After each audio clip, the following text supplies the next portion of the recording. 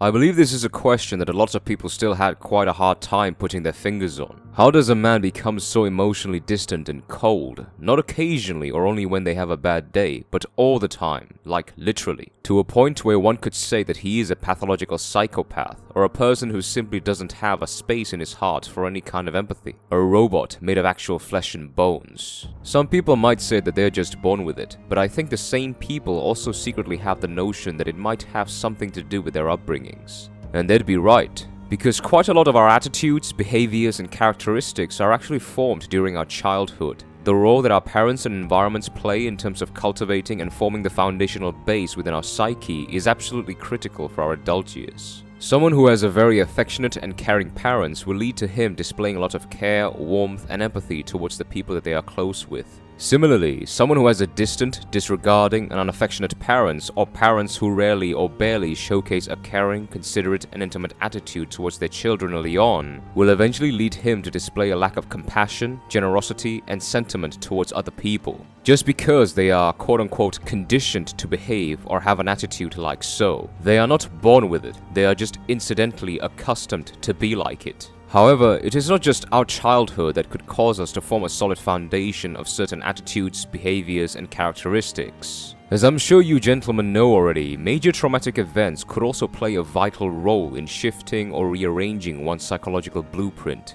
even in our adulthood. Experiencing trauma usually leads to an individual forming what I call the counter-biasness. Basically, in a specific circumstance where you encounter a traumatic event, you will more than likely develop a set of attitudes and behaviors that completely oppose against anything that is closely related or associated to that event. For example, if you nearly drowned yourself in the ocean, you will more than likely try to avoid submerging yourself in the bathtub or even going close to a mildly deep swimming pool in the future. If you burned yourself quite significantly, you will more than likely become extra cautious of anything that is easily flammable or discard anything that is associated with fire, like a matchstick. It's all part of our survival instincts and natural defense mechanism. Our extreme emotional reactions that we experience during major traumatic events will always be significantly potent enough to register a pre-encounter defensive response relating or surrounding that specific circumstance. Similarly, if a man's well or extensively invested care, warmth, and intimacy towards someone and/or a group of people is abruptly taken away or worse, betrayed,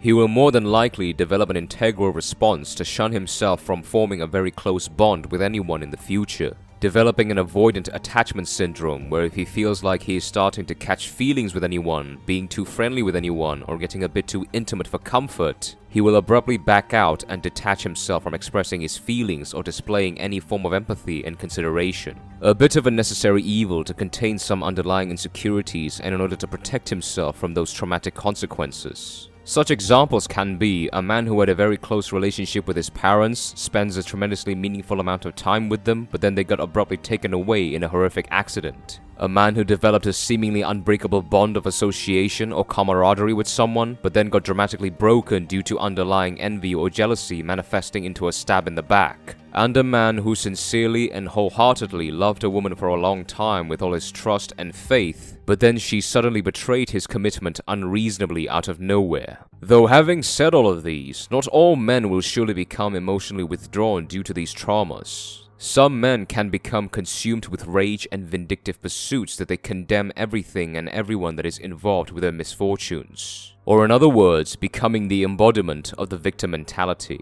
Despite a cold-hearted man's seemingly despicable or rather putrid attitude towards affection and intimacy, they are actually or secretly what he wants to sincerely and wholeheartedly experience the most. He may not vividly and reassuringly admit it, but it's something that always persists deep down in his mind. Underneath all that eternally stoic, stern, and unreactive appearance lies a man who is still patching his wounds and searching for answers. Especially as human beings, we cannot completely betray our nature to fulfill our social needs of love and belonging. Even toddlers who could not understand an ounce of what they feel need a sufficient amount of physical touch and affection, otherwise they would die. However, it's going to take a lot of time, convincing, maturity, and most importantly, answers to lingering, unresolved personal questions in order for him to embrace that part of his humanity once again. Because as we all know, pain is everyone's greatest teacher. Injuries, being penniless, hunger, and heartbreaks, you gentlemen know all of these. And the greater the pain, the clearer the dire memories, the harder is the resolve.